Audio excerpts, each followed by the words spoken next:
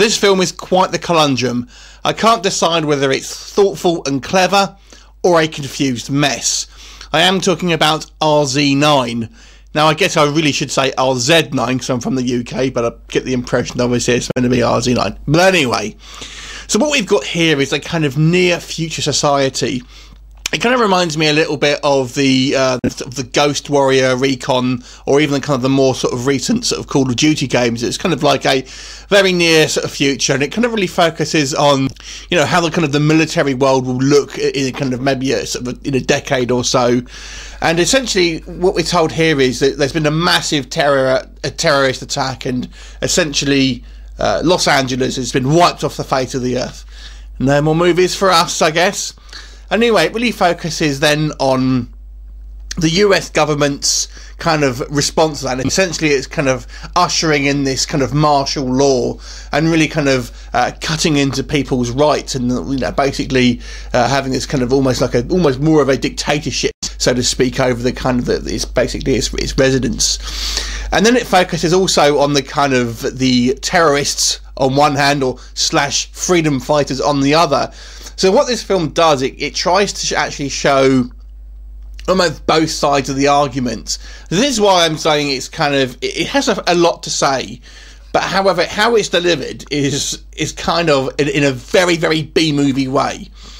So the story, interestingly, has no real clear protagonist or even antagonist in that kind of way. It just has different people filling in kind of the role as the film progresses, without trying to give away too many spoilers here. And I was thinking, why is this film called RZ-9? What relevance does that actually have?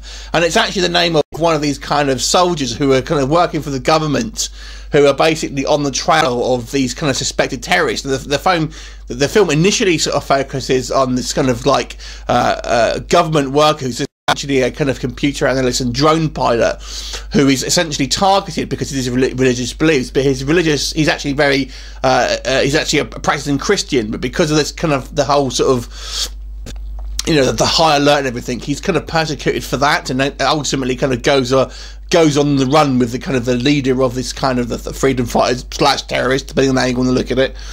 And this RZ-9 is kind of the head of this kind of like special sort of soldier who are going to dress like sort of dark Jedis basically and kind of go after them. So the basic, what the film tries to do is almost show you different points of view, and we've also got the kind of the military leader here. Get a bit of backstory from them, and we see how his family was killed by terrorists and how he may become a little bit emotional about it. So it kind of really has all these kind of different sort of points of view. So, like I'm saying, on one hand, this film does obviously have a lot of things to say, obviously, about how people's sort of civil liberties may be sort of treated either now or how it's heading that way in the future.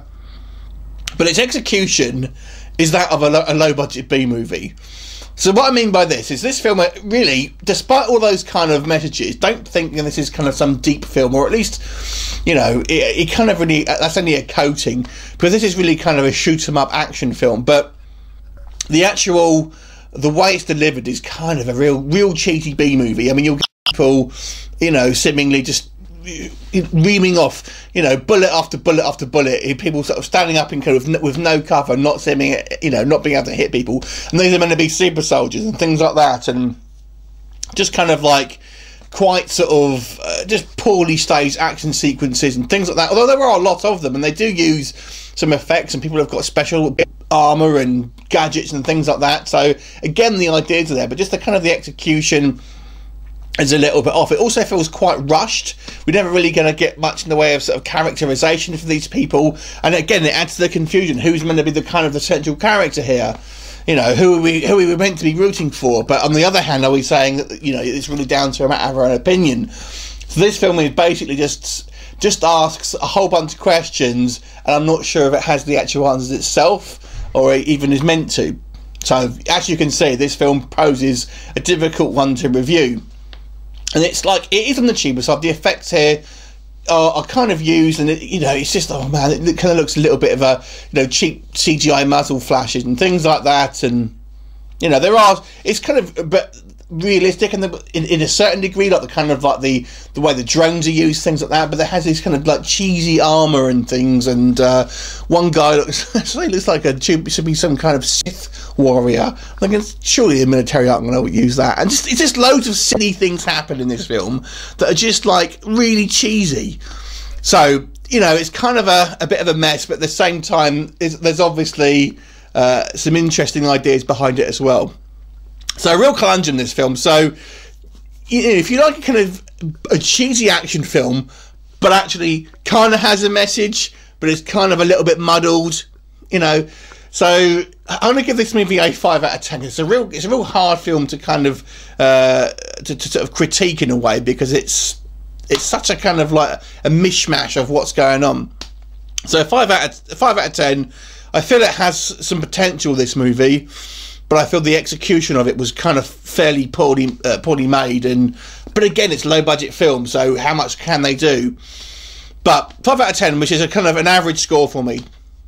So, you know, there you go. Anyway, have you seen it? What did you think of it? Leave me a comment, and I will look forward to seeing you next time. Bye for now.